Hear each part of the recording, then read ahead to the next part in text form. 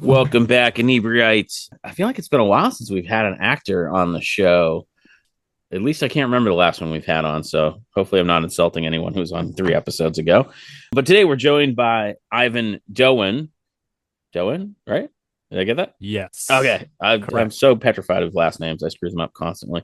Uh, Multilingual actor, which that has so it's really interesting. I can't remember where I watched like a lot of science communicators like Hank Green and stuff online.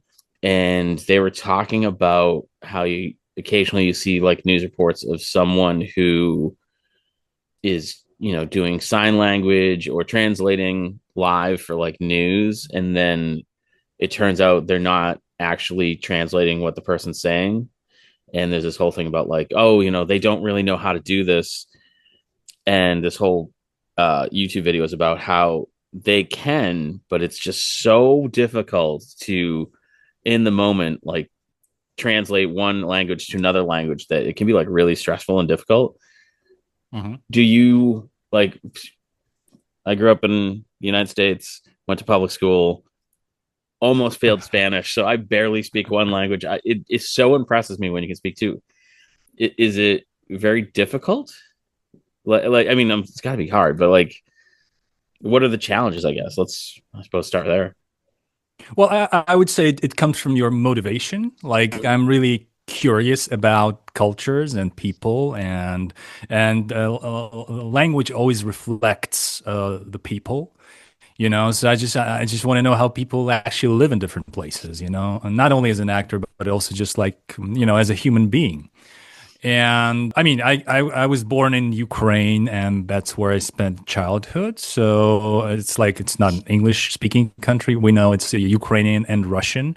Mm-hmm. So I was growing up in this bilingual environment, but somehow, like, 'cause I'm a '90s kid, so the Western culture was already dominant at that time. Like all Western shows, like from beginning from Friends to Seinfeld to all that, we saw all that.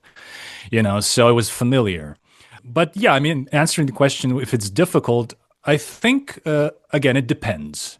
For me, it's not particularly difficult because I think I pick up languages pretty quickly. Yeah. I've worked with in different countries, and sometimes even in countries which languages I don't speak. Like last year, I worked, for example, on a show in India, and I kind of started learning Hindi. I've been to India many times just as a traveler, but then they hired me to play in English and French, but they also saw that they can give me a line in Hindi and I can just pick it up in a second, And then they kept throwing lines at me. It's Yeah. like could you say that instead of English? Could you say that in Hindi? You know? I say, yeah, why not? Like it's cool. So to me, it's a little bit like like a game. You know, Yeah. Yeah. And it's so fascinating that there's it's just like, I think of, we're so spoiled in America. Like you said, you come from a country that speaks two languages. America's getting close to having two languages, and there's some people that are actively fighting against it, which is kind of stupid. Um, yeah. but it's just word recall for like, even for one language, where I'm like constantly like, your brain's like, what is that word? And like, do you run into that where you can like think of it in like two languages, like what a specific word is, but not the language you need it in? Like, It I don't know if happens. I It was, happens. yeah, It happens. It happens. Sometimes it happens in situations if I work with somebody, let's say in German, and then suddenly, like the next conversation is in French. yeah, And so you speak French, and then at some point, instead of saying something like the oui," you say something, yeah, yeah. So your German comes up, like because it's a little bit like a switch in your brain, yeah. like to me, different languages are almost like different gears in a car, it's Oh, not like sure, yeah, like I think you begin translating like when you learn a language, but after you have mastered it, it's just you just switch your brain, like we're yeah. speaking English at the moment, so my brain is now in the English mode, so if I suddenly had to like pick up the phone and speak with like somebody like from Germany, I might say something in English, so yeah, so that situation happens. And when you're acting, is it, when you change your language, does that help you get into a specific character? Like, if you're playing a German character or in a German movie, like, is it a help or a hindrance? Like, if you're trying to play a foreigner in a German movie, is it more difficult because you have to then speak Germany, speak German?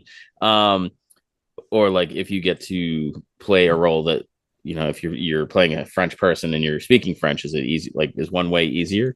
And was that? I wouldn't say it's like it depends on the role. It depends on the task. Yeah, So if I play a German person in a German film, uh, so in German language, then it will somehow influence the character. Okay, then like for example, if I'd played the same character like a German character in English in an American movie, yeah, the language itself somehow influences the vibe of the character. The language is a living thing, so somehow every language has a different rhythm, and different structure.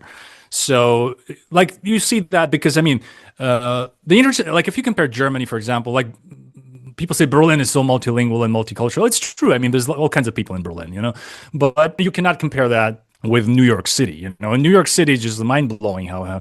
So I would say generally Germans are not as tolerant to like when they hear different accents. To them, it's harder to understand what people say. mm-hmm. But if you're in New York City, even I was like in San Francisco a couple of months ago. Like everybody speaks like half of the population speak with some kind of Asian accents. Like and everybody understands everybody. Like there's no question about it. So Americans are so used to that. So that's like not a big deal. So it also it kind of depends where you are. It kind of depends where you live. So the languages that you hear, the accents that you hear. So even if you change an accent, that also influences the character somehow. So like any minor change in terms of how you speak will, in my case, will influence the character. It's like it's not that I just learned the accent or I learned the language.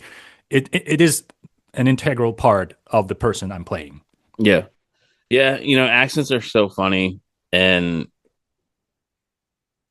it's like the U.S. is such a massive country that we have so many accents just inside of our borders. We're all speaking the same Absolutely. language, but there's terminology in certain parts of the country that other parts of the country have no idea what you're talking about.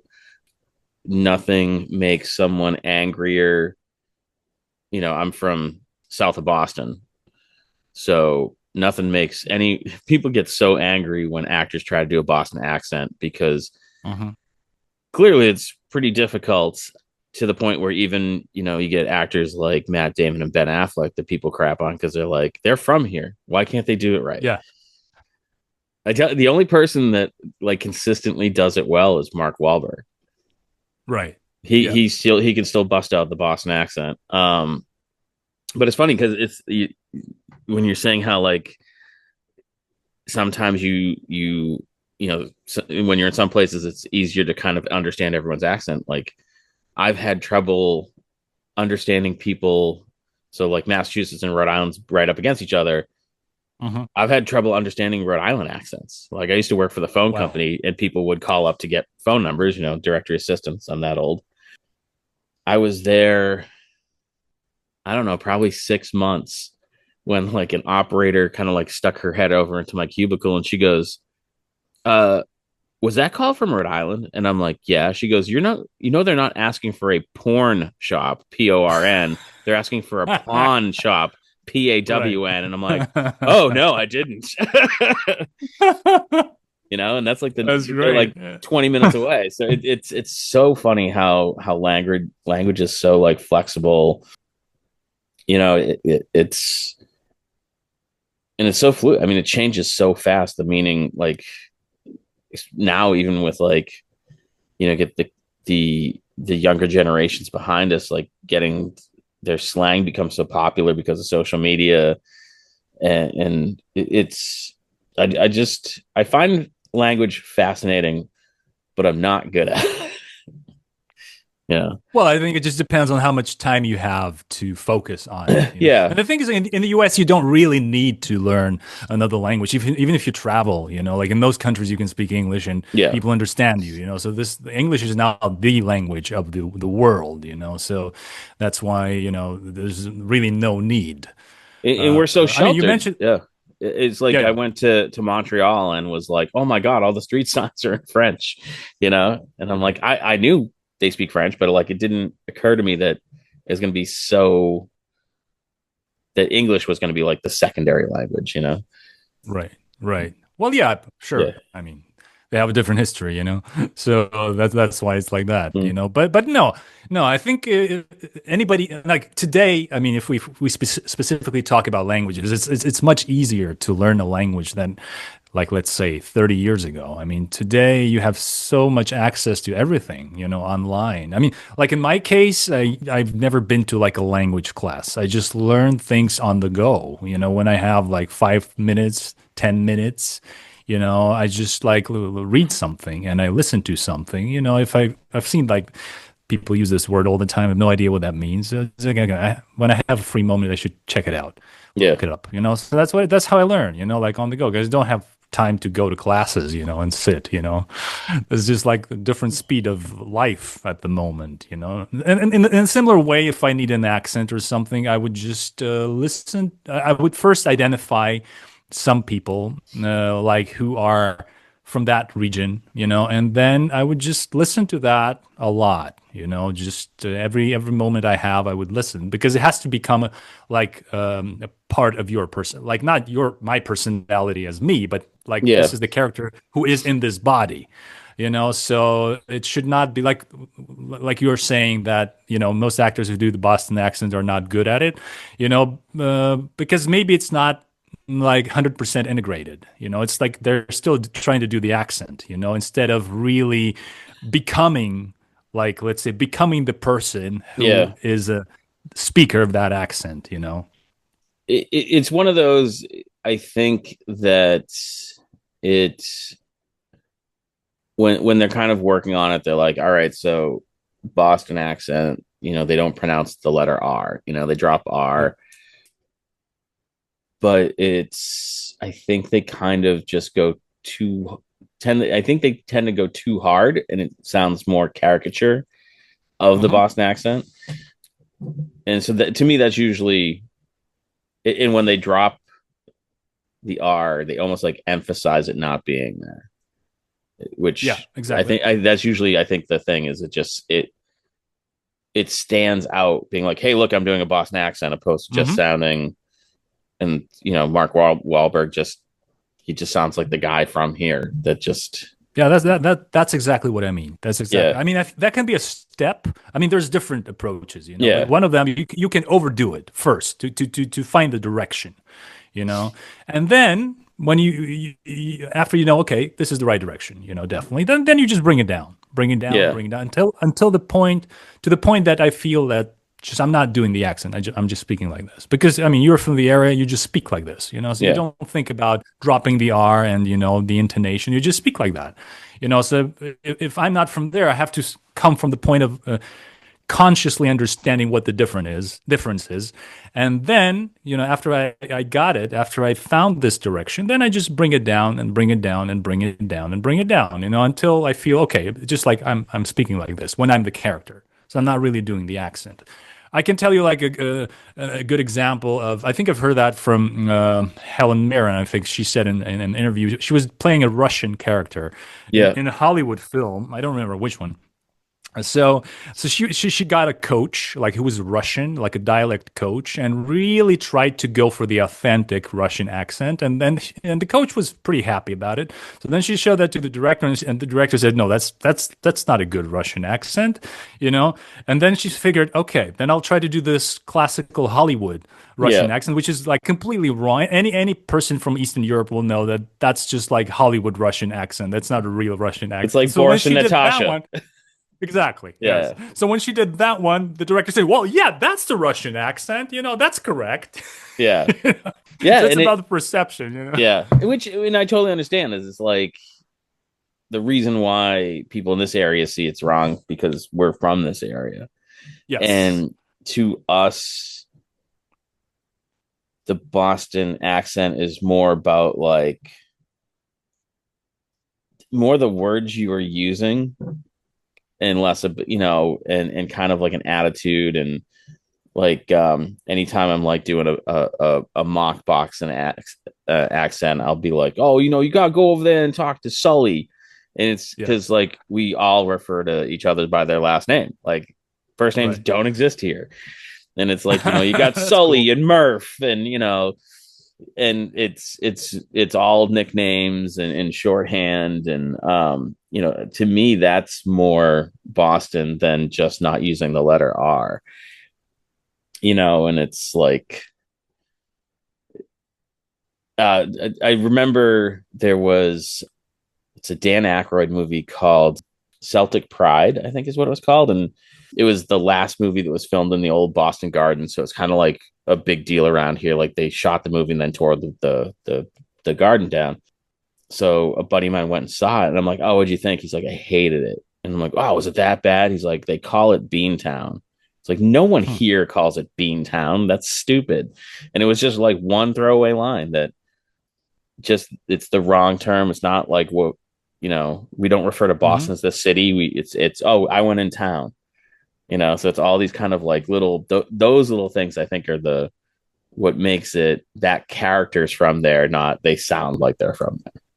Yeah, yeah, exactly. I mean, that's. I think when you're working on a character from a particular area, it's really good to study the people, to go there and to get the vibe and to get like how they actually communicate. Then the accent will also look more authentic. I think if like people like Daniel Day-Lewis, that's what they do. They just like if he plays a fashion designer, he goes and finds a real fashion designer and Yep. works for him for like 6 months and cuts fabric Yeah. because you cannot fake those things. It's like either you have because acting is a lot of a big part of acting is just the physicality. It's the Hmm. body. It's not just the language. It's also the physics. So the whole body has to be that. So although in film, like close up is the king, I always say it's like that. Of course, but still, if the body is not living that life, then the close up will also not work. Yeah. You will feel there's something wrong about it. But I think it's like ideally, if you place somebody from a particular area, it has to be done to the point that people in that area feel, oh yeah, that looks real. Yeah. That's like I could imagine that would be like my neighbor. Yeah. That's the guy. So that would be ideal. When you don't see any accent work, when you don't see any acting, it's just like so much integrated that he's just a guy. He's just a It- guy. So Mark Wahlberg, and when we speak like yeah. from this perspective, I think that's what he's doing. And it's funny because you hear about those actors who are typecast because of a specific role, and it's because they nailed that role. It's like Hmm. they did such a good job acting where you have trouble seeing them in other roles because you're just like, oh, that's that guy. Like that's how that Hmm. guy is, and you're like, well, no, he's an actor. Like, and that's so. I think that's got to be, you know, my acting experience stopped in junior high, but it's that I think like the best actors are ones that don't seem like they're acting. Exactly. It's Yes. how is there a trick to making it feel more natural? Like how do you kind of get in that headspace to try to be like, I'm not acting, I Well, am I, this I I guy. think I think I think if somebody sets a goal like I want to be natural, it never works, because it's Yeah. like it just doesn't work. That's not the goal. The goal is to try to understand that person and the life of that person to the best of your ability. To invest as much time as you can in the research. And the research should not. I mean, it of course involves something like analysis and you know a little bit like intellectual, but that's the first step. The most important step is of course trying to feel like try to try to feel the life of that person, to Yeah. try to become that, so like so you're not saying I want to be natural as this guy. I just want to understand this guy, as a human being. So it's like acting in the way, a big part of it is about empathy, you know. That's why, like, I mean, this is a little slightly off topic, all this AI conversation about AI replacing actors and already some AI actors over there. I think that's one thing that, no computer generated thing can do is this act of empathy, like true empathy. I mean, you can Hmm. fake it, pretty well sometimes, but, real empathy is just so human, you know so that's a big part of it, like not looking at the character as somebody I'm playing, but more like I'm trying to understand this human being. Yeah. And the more you go there, the more natural it becomes, the less acting is happening, because you're not acting. It's just like you understand. I mean, I just saw like the other day Wicked, the second part, the For Good. And I'm just like, I saw the first one I mean, the whole story is so magical, come on, it's a musical, it's all that. But the Cynthia Erivo, the main actress, she's just like, she's so much that person, like you just, there's no moment in my mind that she's playing that. It's just like everything is so in its right place, Yeah. singing with everything, because she's just that person. She has understood who that person is. It's an act of empathy. That's why she's so sincere in every moment. And I, In a and I very yeah. oh, I was just saying, I think we've heard that same story like 100 times where, actor A walks into the audition room, and the second they walk out, the director's like, that's them.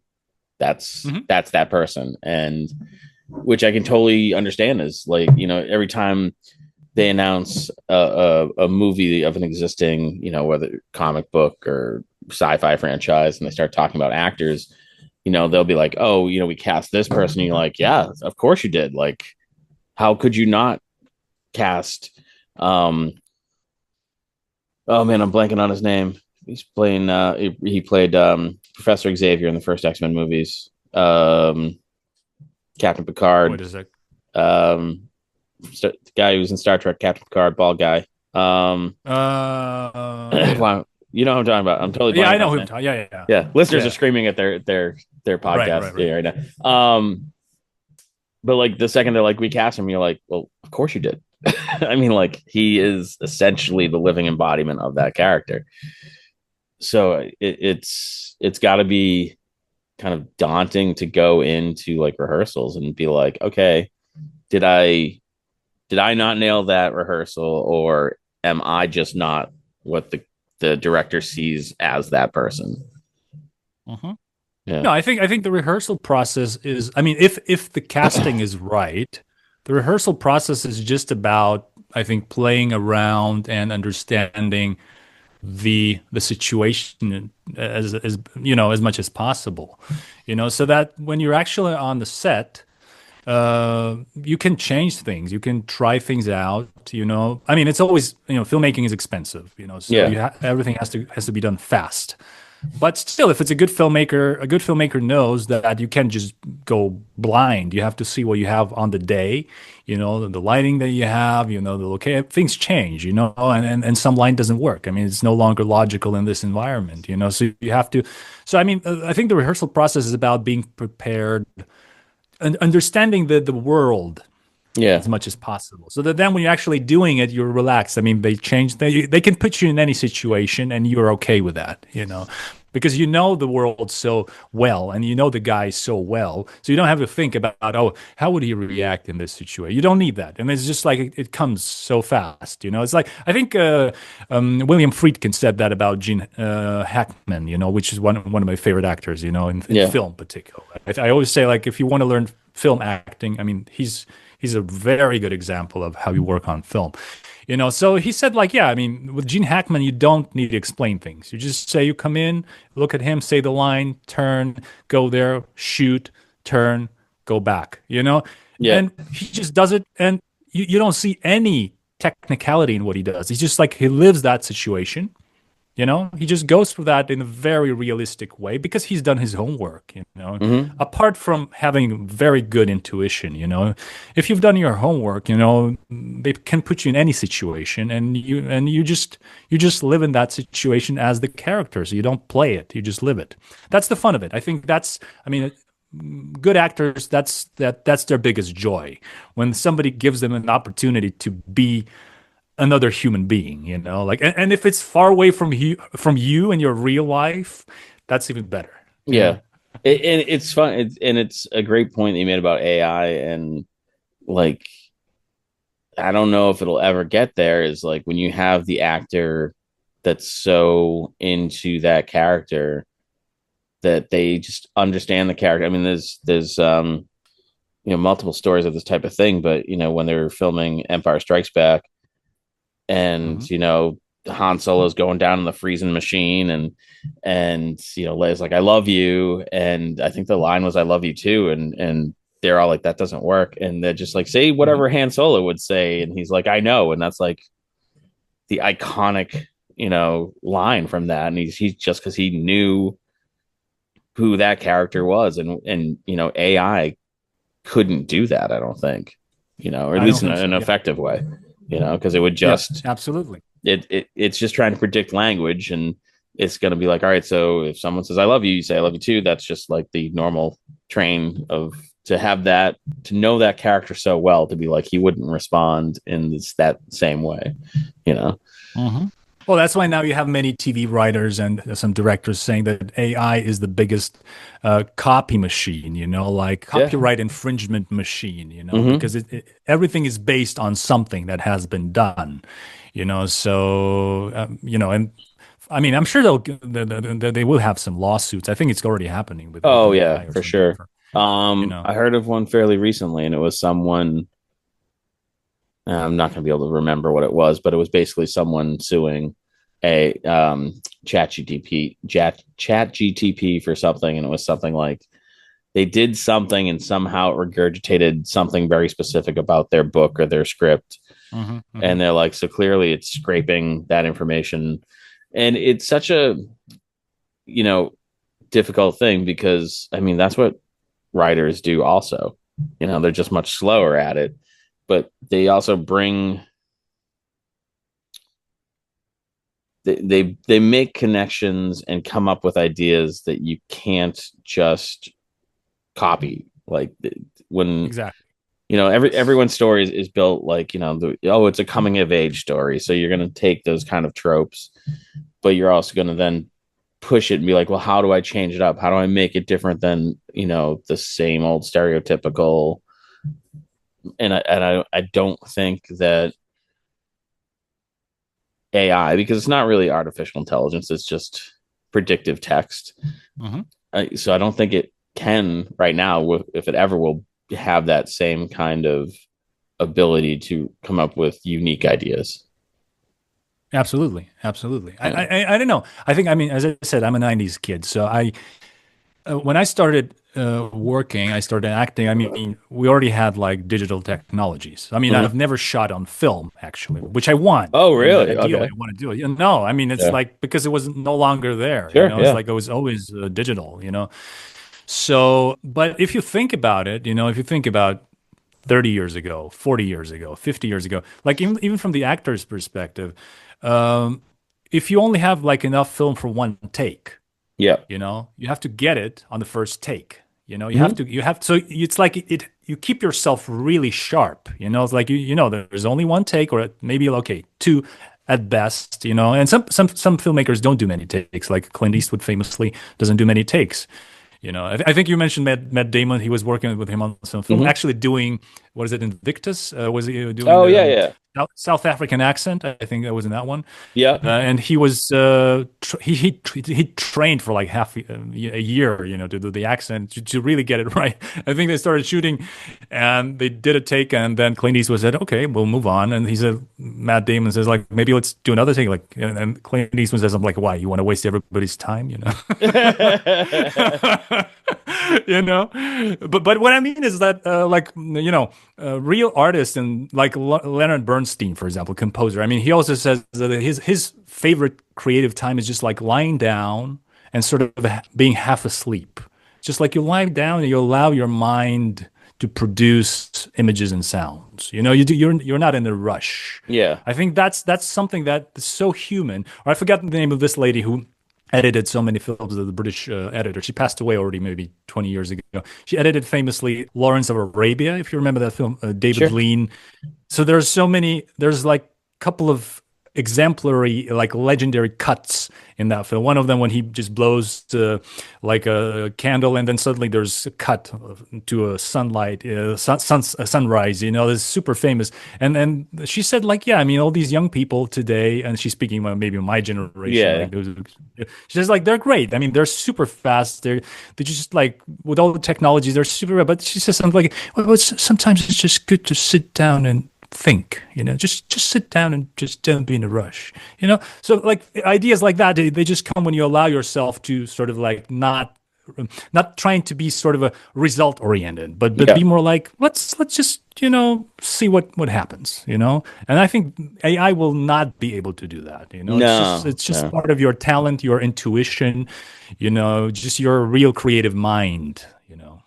Yeah, I always say that my best ideas come in the bathroom. And it's like when I'm in the Yeah, shower and it's steamy and you're not really focused on anything, and it just your mind starts to wander. And I think that's that when it's really wandering, that's like when the really creative things come up because you like you said, you're not really focused and you're so your brain kind of goes to new weird places that you can then be like, oh, why didn't I think of that before? And there's tons of projects that I want to work on and ideas I have for artwork. But when I have an idea, like I don't be like, oh, I have this idea for this image and I want to rush and sit down and get it done. I kind of like really just will let it sit for kind of like months and then I'll kind of like think about it. Not like this is how I'm going to do it, but just kind of like try to picture the image and kind of see how it changes over time and like what new ideas kind of get added to it as time progresses. And it's exactly. creativity Exactly. is one of I those think things. Yeah, you can be laying on the couch and people be like, what are you doing? You'd be like, I'm working. you know mhm, mhm.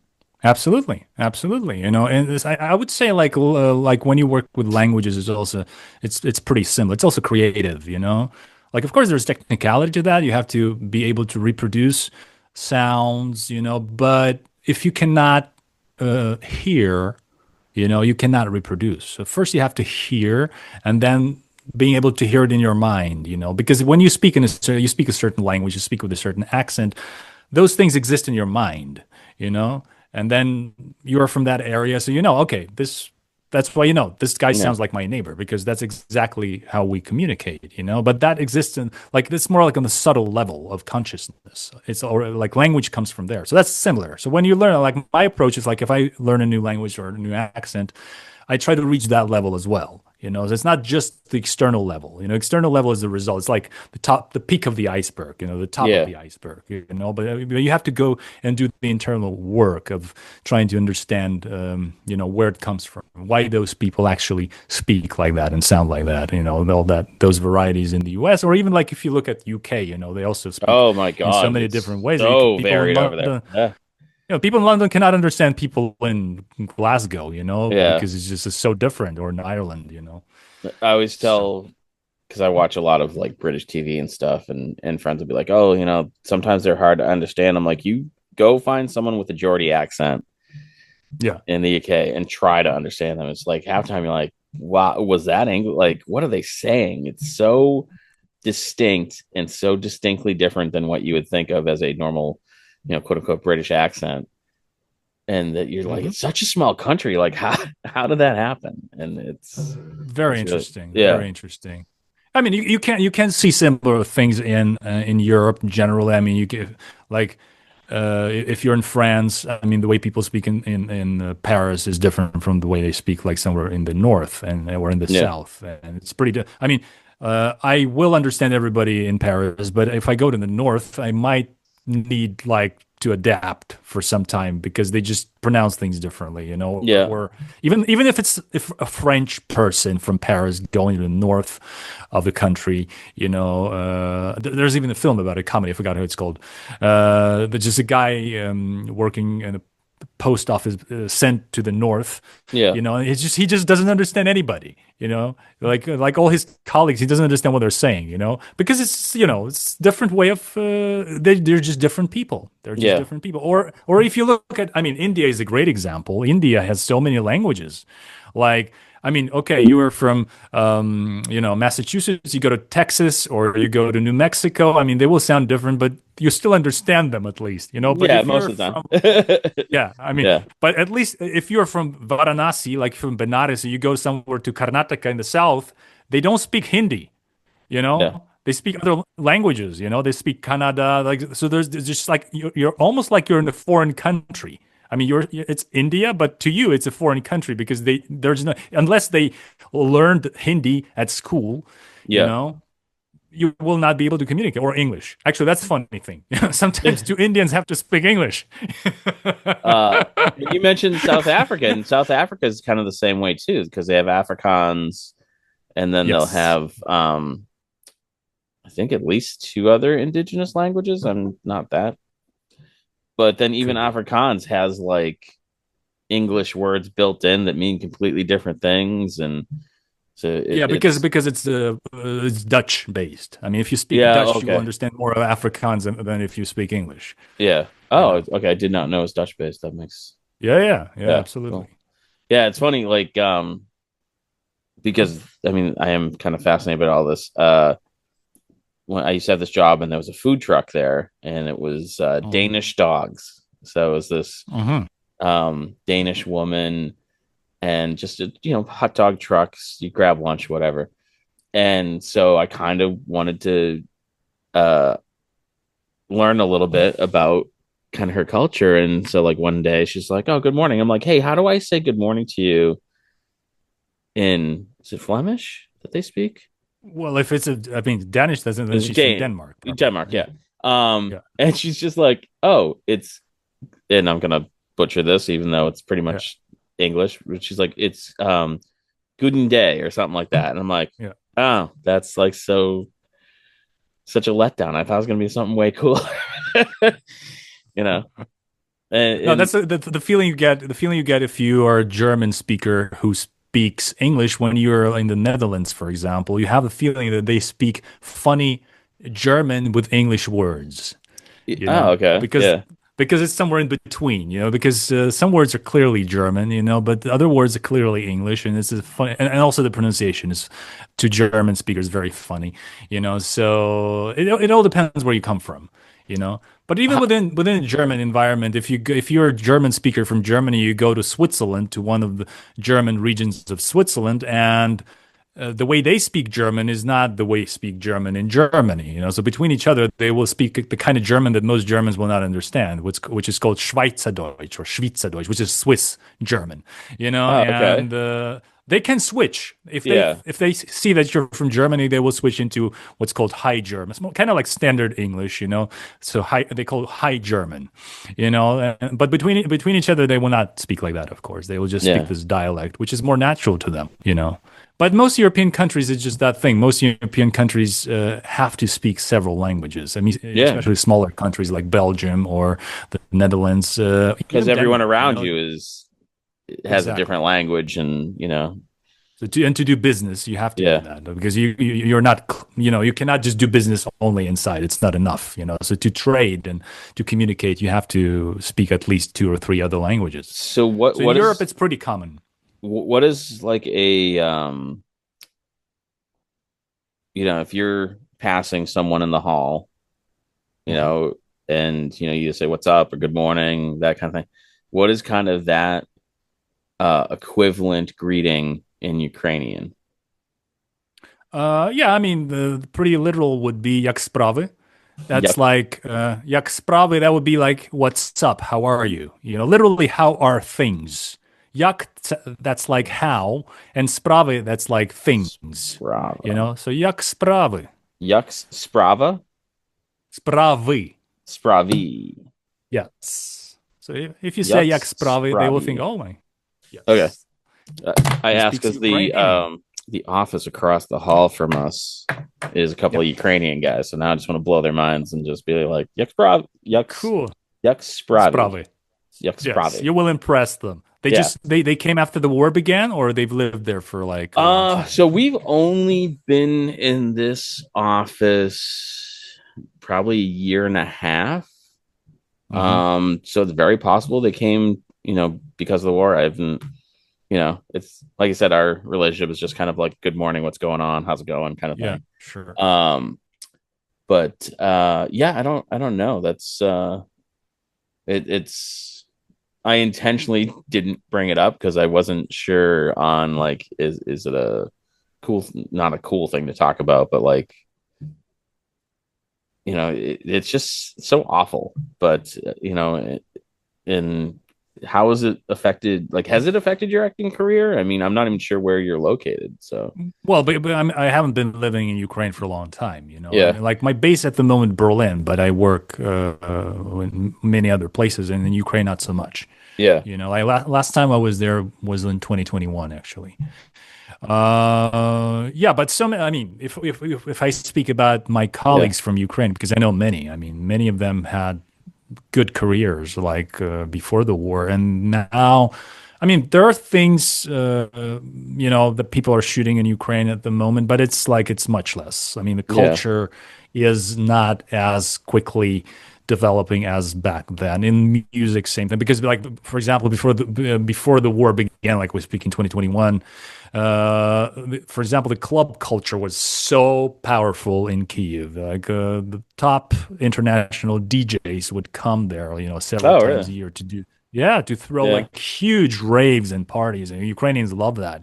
Ukrainians actually love to have fun. Even now during the war, like I asked my colleagues, like, what's going on in Kiev? Is that, well, I mean, there's missiles, there's bombs and all that every night and drones, but people still open cafes. There's still parties. They try. So I mean, it's a different type of life because you are very much in the moment because you don't Yeah. know what's going to happen tonight.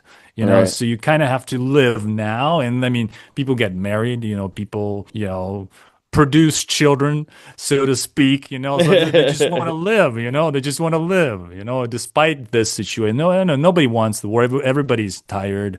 Yeah. But the thing is that you cannot stop that. You can't because if there is some kind of deal at this moment, which is not in favor of Ukraine, it might stop things for maybe a year or two or something, and but then it'll continue again, Yeah. because that's just not in the Russian interest to leave things, because I mean philosophically, because I actually lived in Moscow for some time before 2014, before Russia took the Crimea. And I was, after I finished my acting studies in Kiev, I was invited to Moscow to work with a very famous stage theater director, in Yeah. the region. He's like one of the top five, I would say, in the region.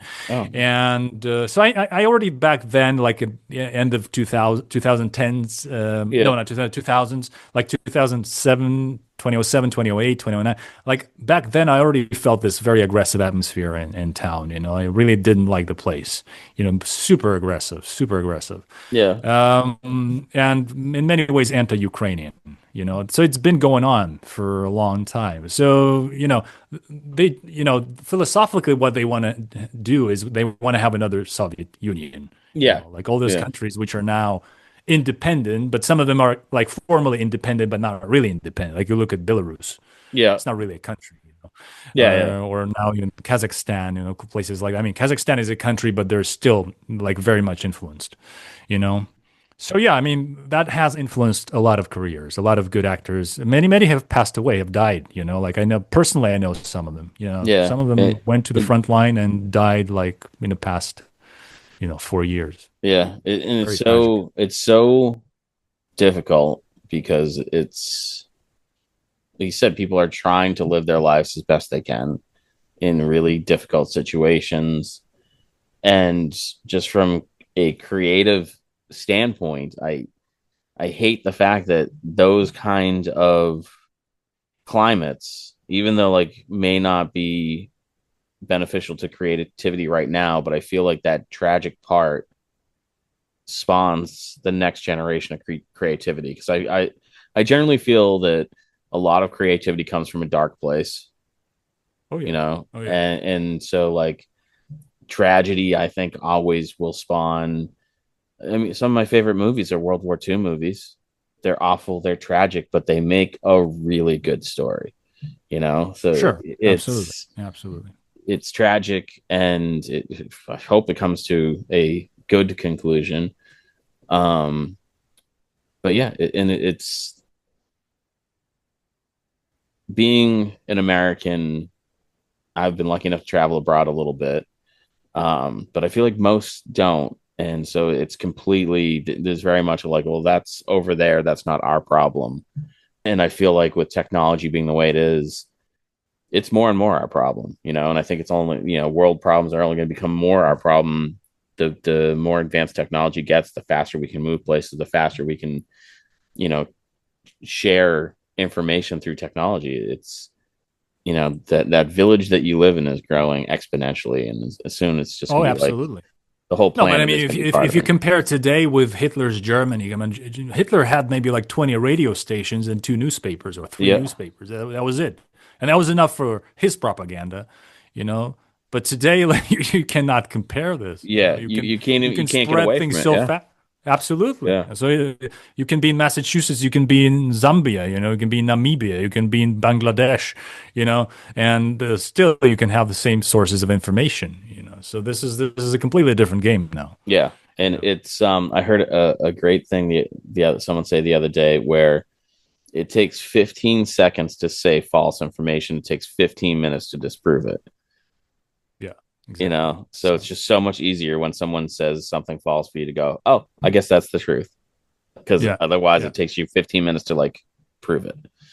Um, exactly. yeah, Well, I mean, so that's why people like Timothy Snyder in the States are trying to think about it and write books, you know, and look at history. I think people who really know history very well, I mean, they're quite precise and they sort of understand what processes are we going through, like, or you're going through in the yeah, States or like in Germany, in France, you know, you see, our there's a lot of political stuff happening oh everywhere. our So you our cannot uh really close your eyes, you know.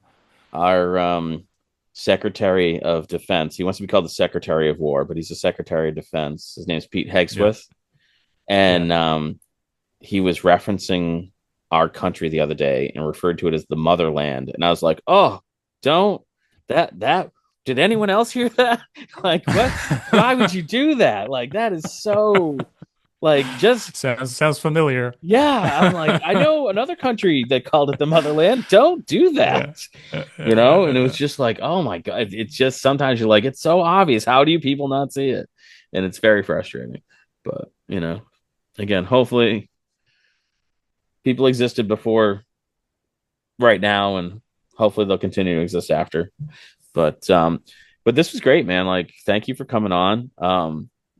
I do love language. We actually had a linguist on who wrote a book called Bitch, Hmm. and her name is, oh god, I'm so sorry. She's been on our show a couple times, and I'm totally blanking. She's part of a show called Monster Talk, Okay. and I'm blanking on her name, sweetheart.